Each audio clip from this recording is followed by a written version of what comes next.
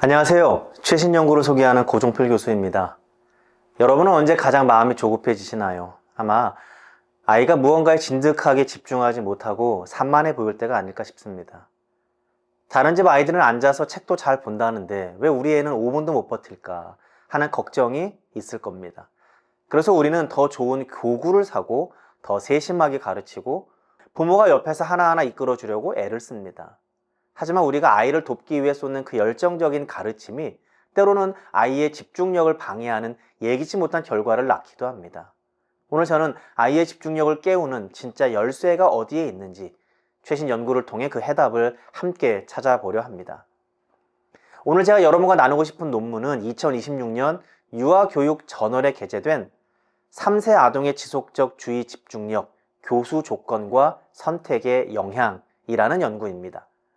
이 연구는 미국 루이지애나주에 위치한 대학교 부속 유치원에서 93명의 3세 아이를 대상으로 진행되었습니다. 연구팀은 아이들이 실제 생활하는 교실 환경에서 집중 시간이 환경에 따라 어떻게 달라지는지 아주 정교한 실험을 설계했습니다. 연구팀은 3가지 다른 상황을 만들어 아이들의 반응을 초 단위로 기록했습니다. 첫 번째 상황은 아이의 완전한 자유 선택입니다. 아이가 교실 내의 다양한 영역 중에서 스스로 놀잇감을 고르고 놀이 방식도 결정하는 것입니다. 두 번째는 어른의 제한 상황입니다. 교사가 아이의 평소 취향과 발달 단계를 미리 파악하여 아이가 좋아할 만한 2가지 장난감을 준비한 뒤 그중 하나를 아이가 고르게 했습니다. 마지막 3번째는 어른의 시연 상황으로 교사가 특정 장난감을 정해준 뒤 어떻게 가지고 노는지 직접 시범을 보이며 가르쳐주는 방식이었습니다. 결과는 우리에게 매우 중요한 사실을 시사하고 있습니다. 아이들이 가장 오래 집중한 시간은 스스로 선택했을 때로 평균 233초였습니다. 반면 어른이 가르쳐줬을 때의 평균 집중 시간은 121초로 가장 짧았습니다. 어른이 가르칠 때보다 아이가 스스로 선택했을 때 집중 시간이 2배 가까이 길었던 것입니다. 여기서 우리가 주목해야 할 핵심 데이터는 어른이 선택지를 제한했을 때의 결과입니다. 이때 아이들의 평균 집중 시간은 195초로 나타났습니다. 통계적으로 분석을 해보니 아이가 완전히 자유롭게 선택했을 때와 어른이 적절한 선택지를 제한했을 때 사이에는 유의미한 차이가 없었습니다. 이것은 무조건 아이에게 다 맡기고 방치하라는 뜻이 아닙니다. 부모가 아이의 관심사를 정확히 파악해서 적절한 환경과 선택지를 내어주는 것만으로도 아이는 스스로 선택한 것과 다름없는 깊은 몰입을 경험한다는 것입니다. 반면에 이건 이렇게 하는 거야 라고 부모가 주도권을 완전히 쥐고 시연하는 순간 아이의 집중 시간은 뚝 떨어졌습니다. 이 연구를 통해 우리 가정에 주는 실천적인 지침 몇 가지를 제시할 수 있습니다. 첫 번째, 가르치는 손을 잠시 멈추고 관찰하는 눈을 먼저 뜨시기 바랍니다.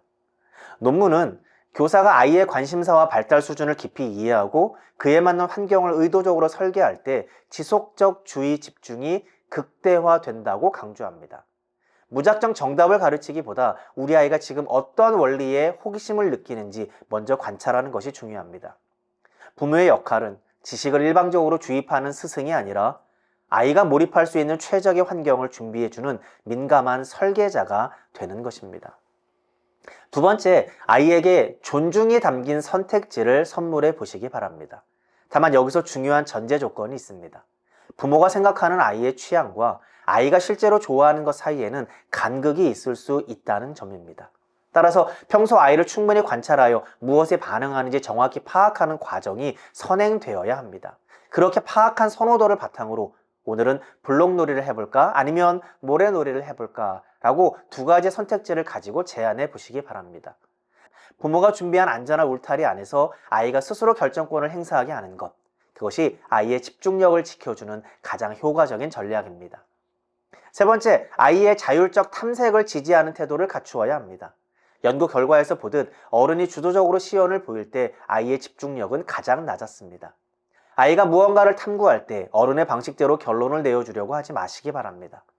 아이가 스스로 장난감의 기능을 발견하고 자신만의 놀이 방식을 창조해 나갈 때 그 자율성 속에서 집중력은 비로소 단단하게 뿌리 내립니다.